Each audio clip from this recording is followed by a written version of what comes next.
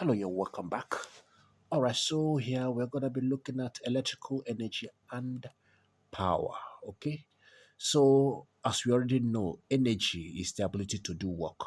So invariably now, electrical energy is the ability to do electrical work. Okay, so now the question is, when is electrical work done? Electrical work is done when a charge is being moved from one part of a conductor to another. So in this video, we're going to be deriving the expression for electrical energy. And how do we do that? Okay. Now remember when we treated electrostatics. So we've already said that electrical. We already said that electrical potential at a point in an electric field. Okay, V is equal to the work done in moving a charge from infinity to that particular point. So work in moving a unit charge, work done in moving a unit charge is electrical potential.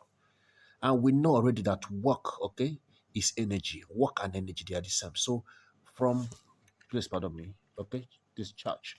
So from what we have here now, we can simply say that electrical potential is equal to work, which is something as same as energy, okay? Then all over per unit charge, all over charge. So now for me to find my expression for work, I have to cross multiply. Cross multiply now work, which of course is same as energy. All right. Electrical energy is equal, is going to be equal to um, voltage multiplied by charge. All right. So now we already know that current is defined as the quantity of charge flowing through a conductor per unit time. So from here now we cross multiply, right, to make quantity of charge the subject. So quantity of charge is current multiplied by time. So if I now replace that into this, I can now have my expression for energy, okay? So that simply means that my energy now, E, is going to be equal to voltage multiplied by charge, which of course is current times time, okay? Or you can still write it this way, IVT, okay? Anyhow you want to write it, it's always, okay? Current multiplied by voltage, then multiplied by time. All right. So there are different ways you can actually express it. But before we look at different ways of expressing it, expressing energy, okay? We should, let's now look at power. What's electrical power? As we already know, okay? Power is the rate at which work is done. So electrical power is actually the rate at which electrical work is being done. So invariably, electrical power, P, okay? So I'll be using the symbol P. It's going to be equal to the electrical work done divided by the time. So electrical work done, we have it to be IVT divided by the time for that work to be done. So T cancels T, right? We have that electrical power is IV, okay? All right, so of course, don't forget their SI unit. For electrical energy, okay, it's measured in joule. And of course, for electrical power, we measure it in watt, okay? So let's look at different way of expressing energy or power, okay? The different way of expressing energy and power is based on Ohm's law. We know that according to Ohm's law, V is equal to voltage is equal to current multiplied by resistance. So in a case now, I can actually express power as power. Okay. Apart from that, all right, we just let's flow first. There are a lot of formula I can actually get from this, but let's take it one after the other, right? So I can actually express power, electrical power, okay, knowing quite well that V is equal to IR.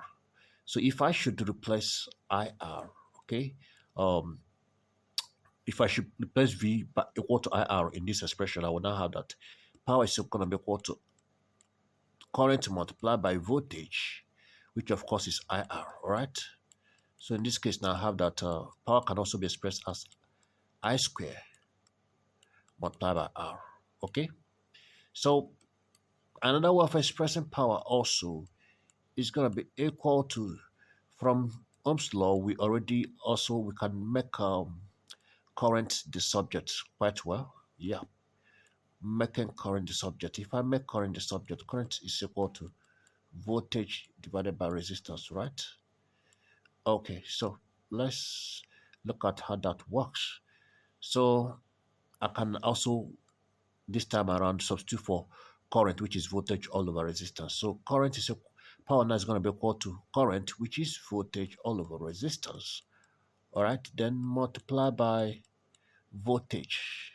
So that's gonna give V square all over R. So these are different ways. Okay, as either you express power as current times voltage, all right, or you express power as current square times resistance, depending on the what is given in the question, or you express power as voltage square divided by resistance. Okay, now this is the what I needed to actually establish the relationship between power and of course power and energy. Okay, of course you know that power.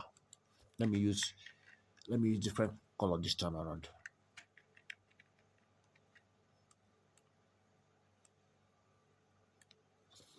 All right.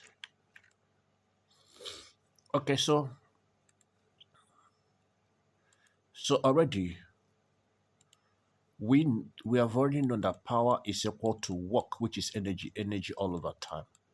So if that being the case now, and that way of expressing energy, okay, is going to be in terms of power if I cross multiply. So I can simply say that electrical energy is also can be expressed as electrical power multiplied by time. All right. So I can seek all this equation for. Okay, you can just atomize it any way you want to atomize it. So with what I have now, knowing that electrical energy is equal to electrical power times time, then okay, so all this formula can be expressed. So knowing that power is current times voltage, all right, so I can say that electrical energy can be given as power. Already know from here is current times voltage, so that's going to be IVT.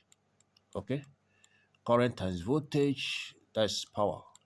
Power is current times voltage, right? Then of course multiply by time now, which of course is the same with what we derived previously. Okay, invariably too, I can still go further to express electrical energy to be equal to okay power, which of course is I square multiplied by resistance, of course multiplied by time. It can also electrical energy can also be expressed as power, which is voltage square divided by resistance multiplied by time. So just take note of all this. All right, even if you don't get the derivation, but please remember the formula because we are going to be using them. All right, so these are the different expression for electrical energy and power. Okay, let's start solving question. Let's begin with questions.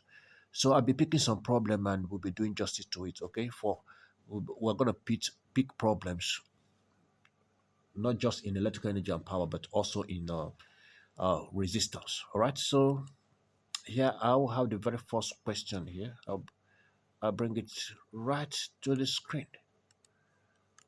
Then we will solve it. Do justice to it. Okay, here we go. The question goes like this: the resistance of a conductor, okay, 1 millimeter square in a cross section. Oh, please pardon me. The resistance of a conductor 1 millimeter square in cross section. So that means the cross sectional area of this conductor. So let me write the parameter down. The cross sectional area of this conductor is 1 millimeter square. Of course, you know if you convert 1 millimeter square to meter, you need to divide by 1,000. Okay, if I divide one by if I want to convert 1 millimeter square to meter square, right? First, I have to divide 1 by 1,000. Remember, it is squared. They are not squared. Okay. So, of course, this is going to be equal to 1 divided by 1,000 is going to be 0.001. okay, then all squared. So of course, if you do this, that's gonna give 0.00000 six zeros altogether. 1, 2, 3, 4, 5. Okay, then 6, 1. Then that's not gonna be in meter square. Okay, so now, and of course, I continue with the question. 20 meter long. The length of the wire, according to the question, is 20 meter. So we are told that that resistance now, okay, the resistance having of this particular conductor is 0.346 ohm. So the resistance is 0.346. So the question is determine the specific resistance, okay? And of course, you know that the specific resistance is also the same as the resistivity. Okay, so how do we solve this? Simple. The formula is resistance is equal to resistivity multiplied by length, then divided by area. Okay, so invariably, I'm looking for resistivity, okay? So I'm making the subject. So if I should cross multiply now, resistivity is going to be equal to resistance multiplied by area, okay? Then of course, I divide by length.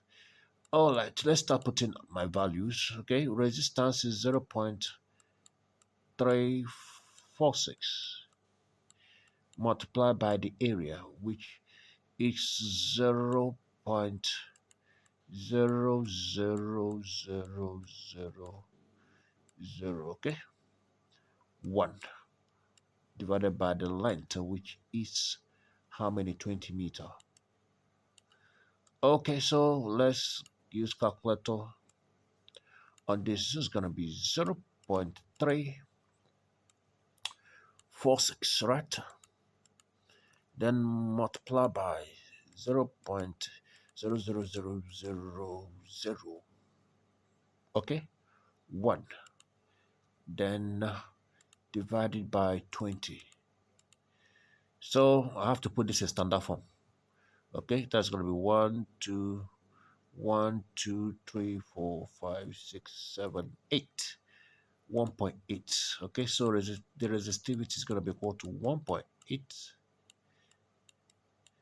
times 10 raised to the power minus 8, because I moved the decimal places backward 8 times before I get to 1.8. Okay, so that's I'm raising it to the power of minus 8. And you know that the SI unit for resistivity is ohm meter. As simple as that. Okay, that is it. Next question.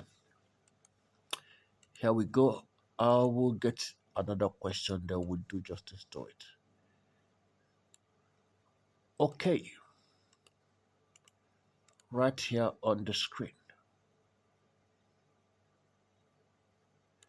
Okay, so this question goes this way. A core consists of 2,000 turns of copper wire having a cross-sectional area of 1 millimeter square. So I still write down my parameters. So that means this is actually a coil. Of course, you know that this is a coil of wire is different tons. Okay, according to the question, the number of tons is 200 tons. 2,000 tons, please pardon me. Okay, so now let me write the parameters. The cross-section area is 1 millimeter square. So remember, we have to convert this again to meter square, okay? Which of course, putting that's 0.0000. Let me put that in standard form. That's 10 raised to the power minus 6 meter square. Okay, it's easier in standard form. All right, no, we are now. So that's the area, okay? Now the mean length per ton, is 80 cm. That means each ton is 80 cm. The length of each ton is 80 cm. Now since we have 2,000 tons, that means the length of the entire 2,000 tons is going to be equal to 2,000 times 80 cm. And of course, I have to convert the 80 cm to meter by dividing by 100. So that's going to be 0.8. So let's multiply that 2,000 times 0.8. That should give me 160, right? Okay. 2,000 times 0 0.8. Okay, 1600. So 1600 meter. All right, that is the length of the coil. So, and we are also given the resistivity of it is copper. And we are told that the resistivity is 0.02 micro-ohm meter. So, of course, since it's a micro-ohm meter, that simply means I'm going to multiply by 10 raised to the power minus 6, okay? Because I have to convert the micro-ohm meter to ohm meter, okay? So that's going to be, all right. So at normal working temperature, calculate the resistance. Simple and short. All right, so resistance by the virtue of the formula is resistivity multiplied by length, then divided by area. Okay, so let's flow with this. What is the resistivity? 0.02 times 10 raised to the power of minus 6 multiplied by the length. Okay, the length is 1600. Then divided by the area, that is 1 times 10 raised to the power of minus 6. Okay, so it is easier for 10 raised to the power minus 6 to cancel 10 raised to the power minus 6. So everything is going to be 0.02 times 1600. Okay, so 32, as simple as that. So that is 32 ohms. That's the resistance. Okay, next question. All right, I pick it up. I bring it right on the screen. Okay, so here we go. So this one goes this way. A wire of length 1 meter. So the length of the wire is 1 meter.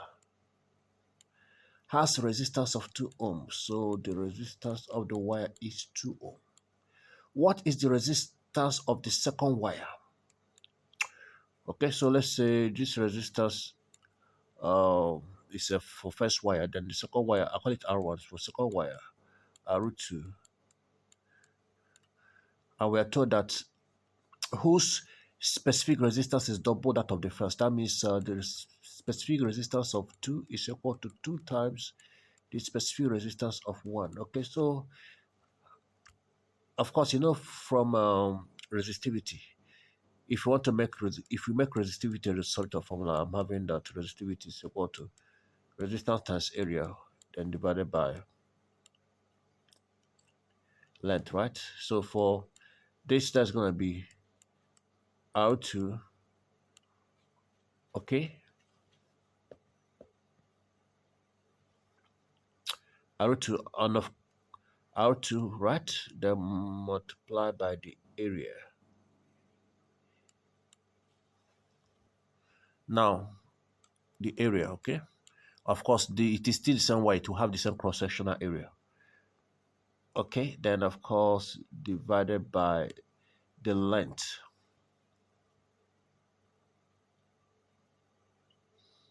Okay, a wire of length 1 meter has a resistance. What is the resistance of second wire whose specific resistance is double that of the first if the length of the wire is 3 meter? Okay,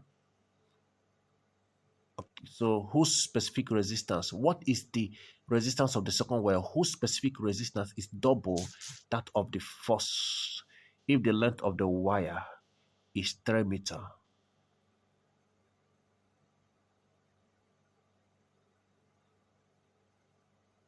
Okay, so that means the second wire, the length of the second wire is 3 meter. Okay, so that's the length of the second wire is 3 meters. So of course, let me use L2. Then of course, for this, there's going to be 2 times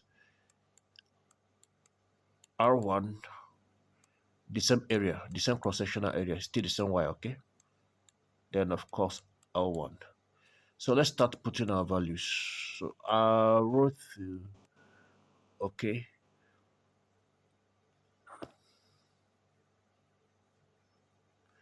is what I'm looking for. The resistance of the second wire, okay? But then multiply by the area. Then the length of the second wire, L2, according to the question, that's 3 meter. 3 meter, okay? It's going to be equal to 2 times R1. The resistance of the first wire is 2. 2 times 2, okay? Then the same area. Then divided by the length of the first wire. The length of the first wire is 1 meter. Of course, you know that A cancels A. Okay? The same factor, the same A is found both sides. It will cancel out. So invariably, now for me to get my R2, the resistance of the second wire I have to cross multiply. That's 2 times 2 times 3. Okay? 2 times 2 is 4. 4 times 3 is 12. So that's going to be 12 ohm. Okay. I hope that is well understood. All right, so let's look at more questions. I'm gonna pick question on electrical power. Okay. Since not to get okay, let me still work on what I have. Okay, I will wish to actually solve question. I will get that probably after we must have discussed Ohm's law. All right, so a silver wire of length 12 meter has a resistance of 0.2 ohm. Find the specific resistance of the material. The cross-sectional area of the wire is. So this is also very simple. So what are we looking to? We are looking for the specific resistance, which we know is going to be equal to resistance multiplied by area, then divided by length. Okay.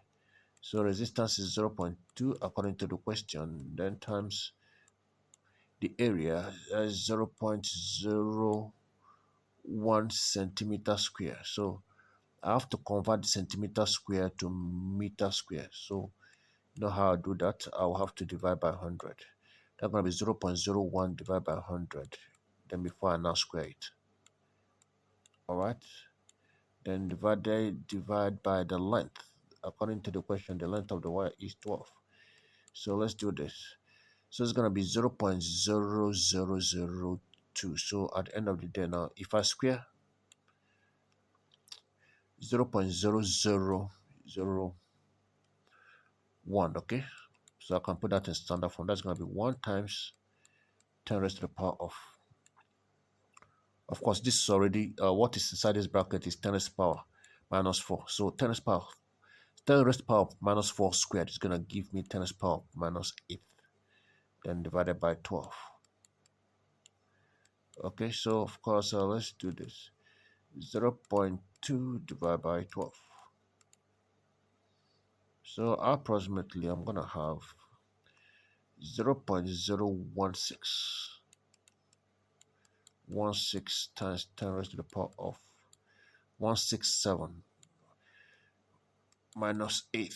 Okay, so you can put that in standard form 1 2 decimal points. That's 1.67 times 10. I moved the decimal points 2 times, so I gotta reduce this by 2 times. I moved the decimal point of this, okay, backward 2 times, so I'm reducing this by 2 times. That's gonna be minus 10, right?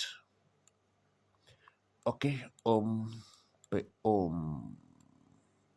meter, please pardon me. Okay, so we're gonna be looking at Ohm's law, and of course we solve some other question, okay, in the next video. All right, see you in the next video. Thank you very much.